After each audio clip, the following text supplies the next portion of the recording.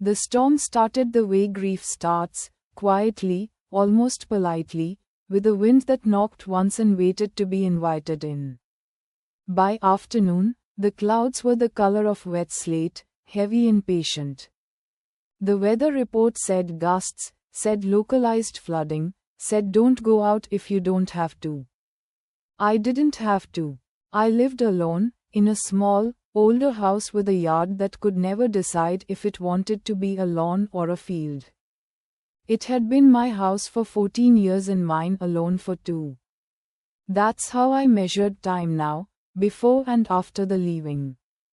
By 5, the rain turned hard, then harder, stitching the sky to the earth with long silver threads. The kitchen light flickered once, the way a person clears her throat before bad news.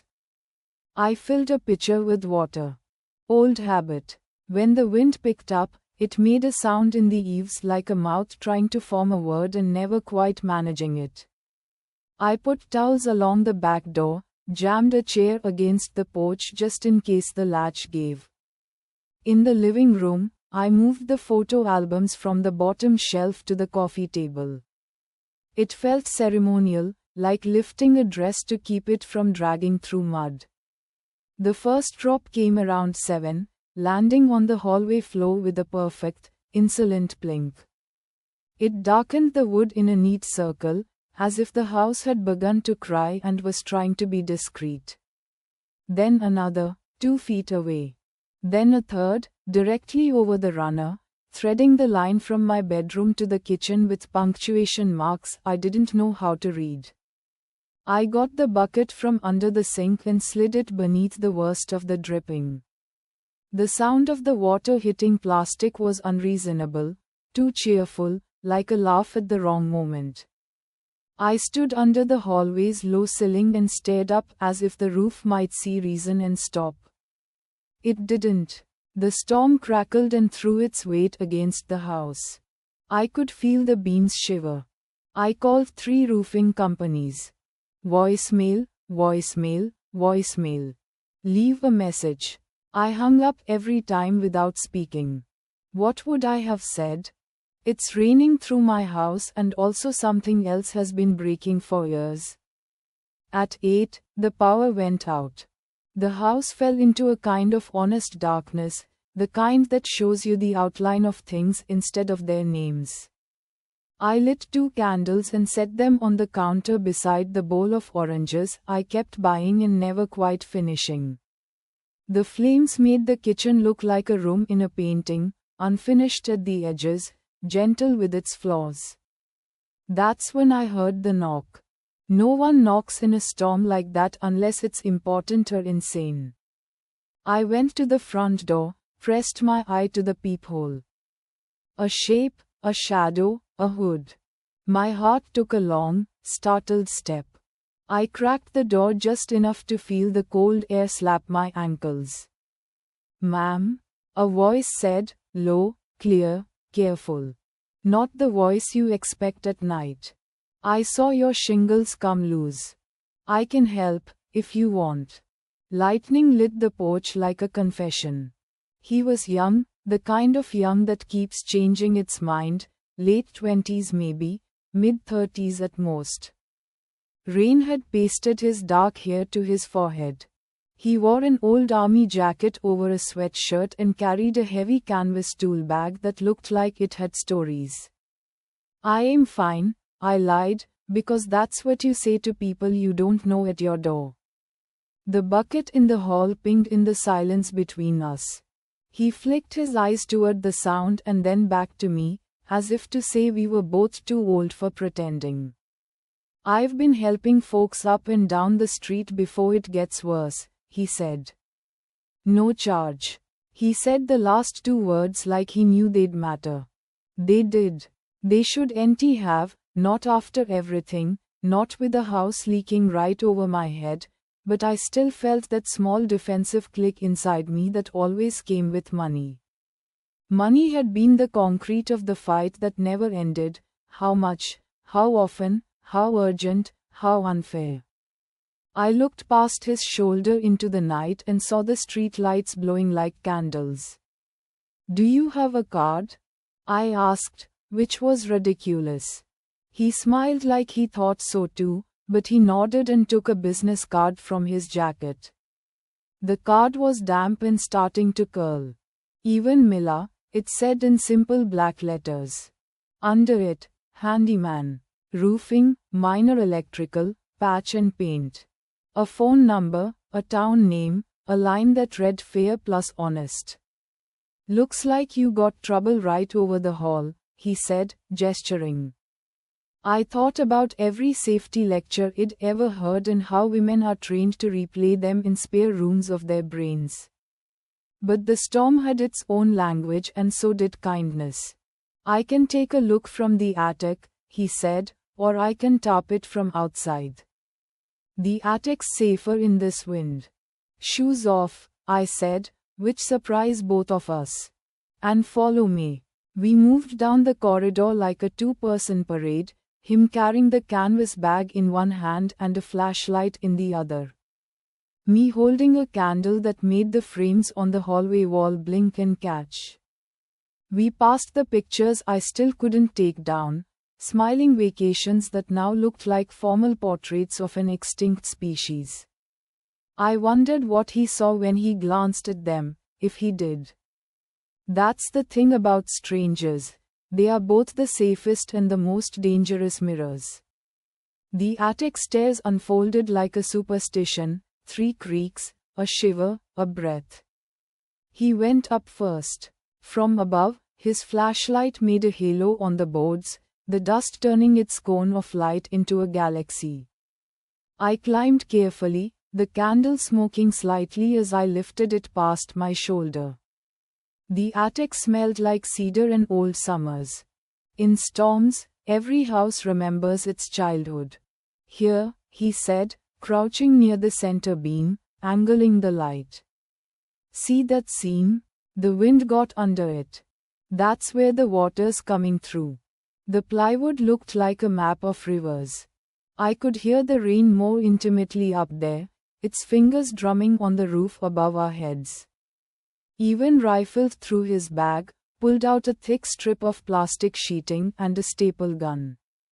"This won't be pretty, but it'll hold until morning." "Okay," I said. The word came out softer than I'd meant it to, almost ashamed to be overheard by the house.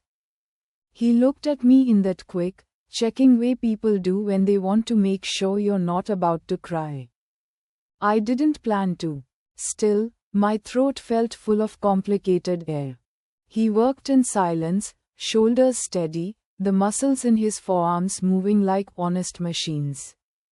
Every time the staple gun snapped, a small, firm relief went through me, like a stitch in fabric that had been fraying too long. The roof's breath changed, the drumming dulling over the sheen of plastic. Underneath us, the bucket in the hall hit a different rhythm, slower, almost reluctant. "Okay," he said at last, sitting back on his heels. "That should stop the worst of it." "How much?" The question came out automatic, dull with habit. He shook his head and gave me that same small smile. "I told you. No charge. I've gotten help when I needed it. Feels right to pay some of it forward. I can come back tomorrow when it's dry, take a better look, replace what needs it." He paused, then added, almost as an afterthought, "if you want." The last 2 words landed gently. I nodded, surprised by the way relief carried a shadow. It's a strange thing, to be grateful and afraid at the same time. Both are a kind of surrender.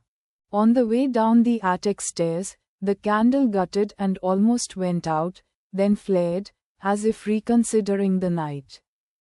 Back in the hallway, I moved the bucket and felt ridiculous gratitude at how light it was now. We stood there, him with his canvas bag, me with my candle, like 2 figures in a painting that didn't have a name yet. "I can check the porch while I am here," he said. "Your chair's jammed up against the door. Looks like it was trying to blow in before you pinned it." I nodded and followed him.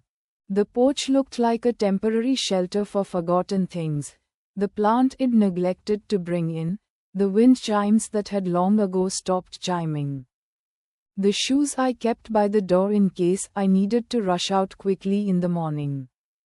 Even knelt by the hinges, tightening them with a small wrench that made a polite metallic complaint. "These screws were loose," he said. "Storms do that. Rattle things you thought would hold forever." He could have said anything in that moment. I would have thought it meant more than it did. That's the danger and the gift of being seen when you're alone. You will find meanings like coins in couch cushions. When he finished, he stood, wiped his hands on his jacket. "I'm just up the street," he said. "Mrs. Geller's roof took a beating last year and I've been checking it when we get a big blow. I saw your shingles lift in the gusts. I figured," he shrugged. "Figured I'd ask." "Thank you," I said, and then because it wasn't enough, "Thank you for knocking." "Storms are easier when someone shows up," he said. He looked like the kind of person who didn't speak in metaphors on purpose. That somehow made it land more honestly. He started down the steps and hesitated. "If the power stays out, light the stove with a match, not a lighter," he said. "You'll burn your thumb otherwise." Then he disappeared into the rain, his figure blurring into the street the way words blur when your eyes finally give up the fight. The house felt different after he left. It's amazing what a small repair can do for a room. The drip slowed to an occasional, almost apologetic fall. The wind stepped back a foot from the windows. I set the candle on the coffee table and sat on the floor, my back against the couch. I thought of the line on his card, "Fair plus honest," and felt the ridiculous urge to cry again. Not because the storm had ended. Because it hadn't, and still, someone had come. I woke at 3 to a light pecking at the glass. The storm had moved on, leaving behind only that strange, clean silence that comes after a loud apology. The power was still out. I walked through the house barefoot, touching the walls as if they were recovering from surgery. In the hall, the bucket held a 1/4 inch of water, calm as a coin.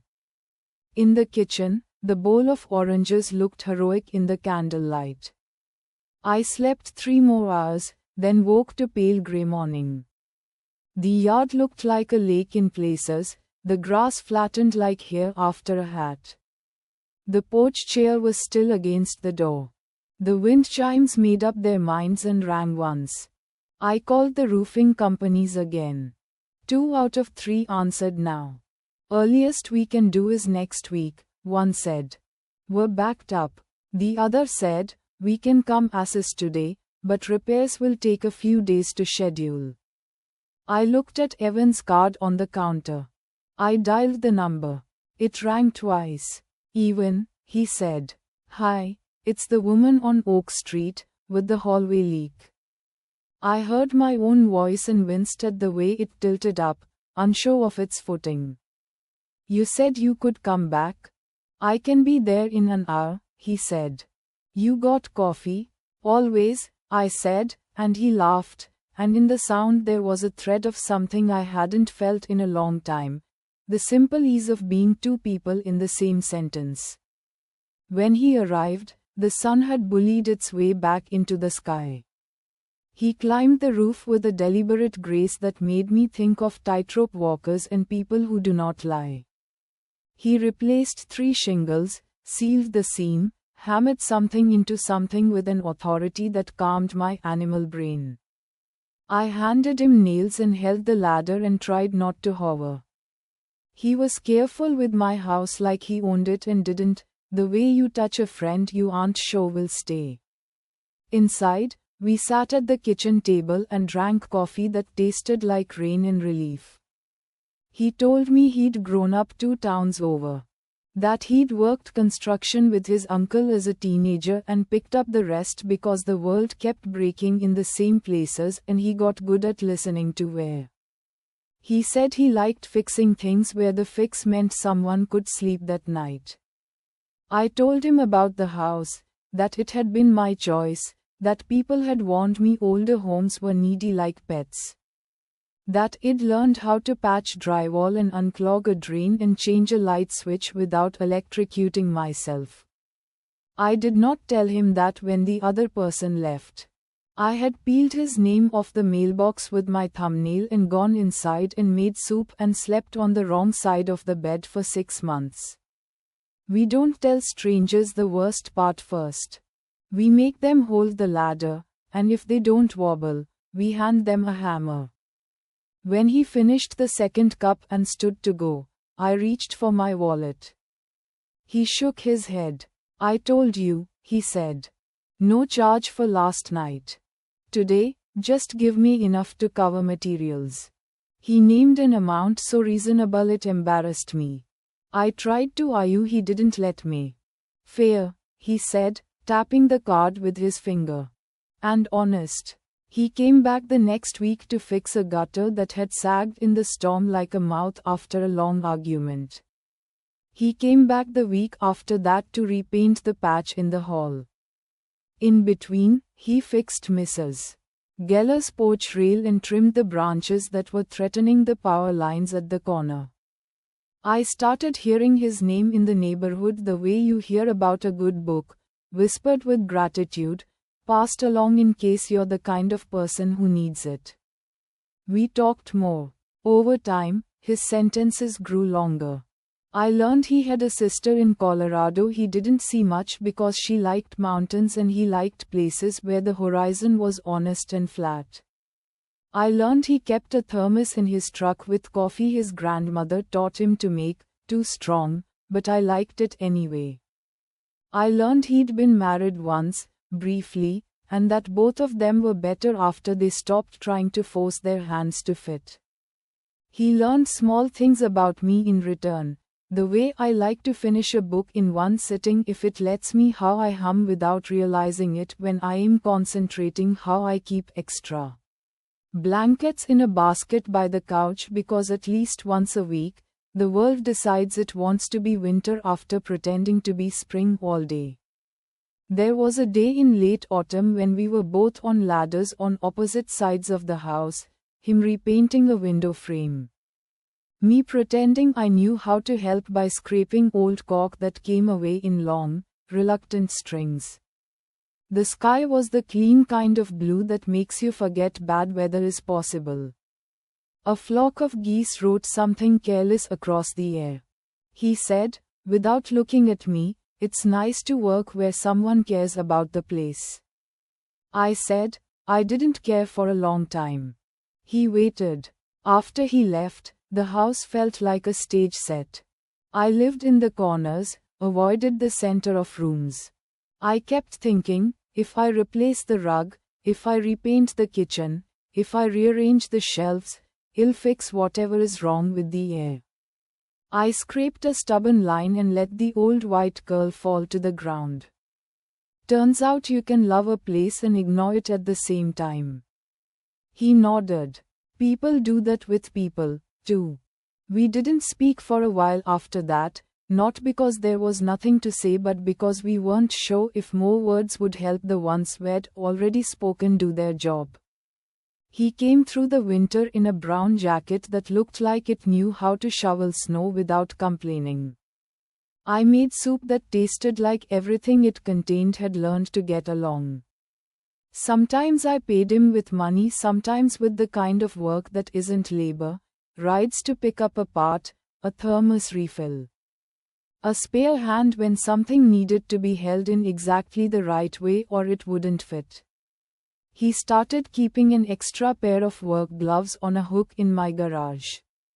I didn't mention it. You don't name every good thing as soon as it arrives.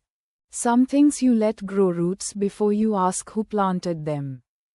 There was another storm in March, short and mean, the kind that shows up late at night because it wants an empty audience. The power stayed on, but the house remembered what fear felt like and pulled me with it. Around midnight, A gust blew hard against the back door and I got up to check the latch out of habit. Through the window I saw my yard, a dark, wet stage, then a movement at the side gate.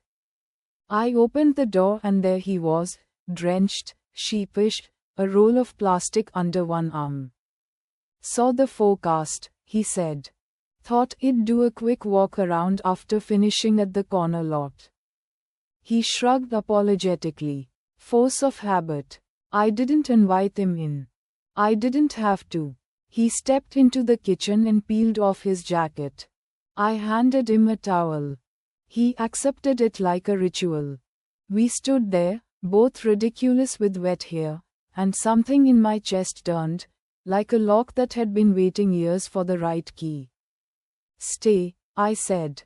"Just until it settles." He did. We drank tea at the table like old friends and listened to the rain complain and subside. We didn't talk about the obvious thing between us, because sometimes naming it would shrink it. We talked about practicalities, fences, paint, weather, the stubborn ways wood remembers what it used to be. He told me he loved the smell of sawdust because it meant the day had made something new. I told him I loved the smell of oranges in winter because it pretended to be summer and sometimes you need a lie that's sweet. By spring, a new green had crept up the fence posts like shy courage. He replaced the porch steps, and I painted them the color of late peaches. We learned to share silence as easily as we shared tools. There were mornings when he'd be on the roof and I'd be at the kitchen window and we'd catch each other's eyes and both look away, smiling. Because it felt like getting away with something and also like being exactly where we were supposed to be. One evening in May, I found a small paper bag on the porch swing. Inside, a pack of batteries, 2 new candles, and a note written in narrow, careful letters. "For the next time the world forgets how to behave." No signature. None needed. I kept the bag in the cabinet beside the bowls. Every time I saw it, my chest remembered what gratitude feels like before it remembers what to be grateful for. We never defined what we were. Neighbors would have called him the handyman if they'd bothered to call him anything at all. Friends I really saw would have said a friend and raised their eyebrows at my tone. I called him by his name. He called me by mine. Sometimes that was enough. On the anniversary of the big storm, the sky was clear. I woke early, made pancakes that tasted like childhood, took the photo albums from the coffee table and actually opened them. In one picture, I am standing in this very yard with a person I used to think would be here forever. The picture is still beautiful. What I loved about the day is still true. The sun, the shirt I wore, the way the maple cast dappled shade that made my face look kinder. Around 10, Ewan knocked, one polite rap, the same way he had the first night. "Thought you might want a once-over," he said, lifting the canvas bag in a mock salute. Anniversaries make houses nervous. They make people nervous, too, I said. He checked the gutters, the flashing, the seam he'd sealed. Everything held. He pronounced the house sound, the way a doctor tells you your bones will outlive you. Then he leaned against the rail and looked out at the street. "You ever think," he asked, "how sometimes we don't need the thing fixed as much as we need to know it can be? That there's someone who'll show up with a bag and a plan." "Yes," I said, and I meant thank you, and he heard it. In the summer, I learned the shape of his shadow on my kitchen blind. In the fall, I learned that grief can take up less space if you let gratitude sit at the table with it. In the winter, I learned where he kept his spare thermos, and he learned that when I say I am fine, I might mean I am lonely. And that there's a difference between fixing something and refusing to let it be broken. The second March after the storm, Mrs. Geller passed away. The neighborhood gathered for the kind of memorial that smells like coffee and polite tears. After the service, Evan and I walked back along the sidewalk, our steps tapping out a rhythm that didn't ask too many questions. "She once told me," he said, "that if a person knocks on your door in a storm, you don't ask for their story first. You open the door." "She was wise," I said. He looked at me and smiled. She was right. We turned up my walk and he stopped, hand on the rail he'd replaced. "I've been thinking," he said slowly, "of moving my tools into a proper van. Doing fewer emergency calls, more planned work. Maybe teaching a couple of kids how to hang a door straight." "I don't know." He looked young and older at once, like the future was a room he hadn't decided to enter. Anyway, thought I'd say it out loud. Saying things out loud makes them true. "I think that's a good plan," I said. "For whatever it's worth." "It's worth something," he said. That night I lay in bed and listened to a wind that meant nothing. I thought of the first knock, the first staple, the first time a stranger said, "Storms are easier when someone shows up." I realized the roof wasn't the only thing he'd fixed. He had repaired the small, necessary bridge between fear and trust. He had taught my house to be a home again, not with big gestures, but with the ordinary courage of a person who shows up when the sky forgets how to behave. The next time it rained hard, I didn't move the photo albums. I made tea and sat at the kitchen table and watched the water run properly off the eaves. I sent a text, something simple, like "It sounds good out there," and he sent back a thumb up and a picture from his truck, the blur of wipers. The comfort of a dashboard that had seen things and still turned on every morning. We didn't need to say more. The roof held. The house breathed. The storm had become a story we knew by heart. If you are listening to this and you've been sitting in a house that feels too big for one person, if you've been waiting for a different knock than the one you got, if you've been measuring time in befores and afters, here's what I learned. The repairs you put off because you're tired or scared often cost less than the repairs you don't admit you need. Roofs, hearts, doors that don't close right. It's all the same language. Hinges, patience, hands. One day, maybe soon, someone will knock. It might be a neighbor. It might be a stranger with a canvas bag and a jacket that has known a lot of weather. Open the door. Hand them a towel. Let them look at the place that leaks. Don't apologize for the mess. If they are the right kind of person, they won't notice the mess the way you think they will. They'll notice where the light gets in. The last time I saw the storm coming, the big kind, the kind with a name, I set the kettle to boil and moved the curtains so I could watch the sky. The wind arrived like a story that had been told too many times and wanted to end differently. It didn't. It blew, it blustered, it failed to impress the roof. I smiled. When it was over, I stepped onto the porch and found another small paper bag on the swing. Inside, a new flashlight, 2 rolls of painter's tape, and a note. For the next chapter, it said, "I don't know what we are, exactly. I know he is the kind of person who leaves notes that assume there will be a next. I know I am the kind of person who now believes that, too. I know my house is stronger than it was, and so am I. I know storms still come, and will. But now, when they do, I do not brace alone in the hallway and stare at the ceiling and wonder what will give way first. I put water on to boil. I check the latch. I wait for the knock that returns me to myself. Thank you for spending this time with me. If this story touched you, even a little, please like this video and subscribe to the channel, because maybe next time my story won't show up in your search. And I'd really love for us to meet again.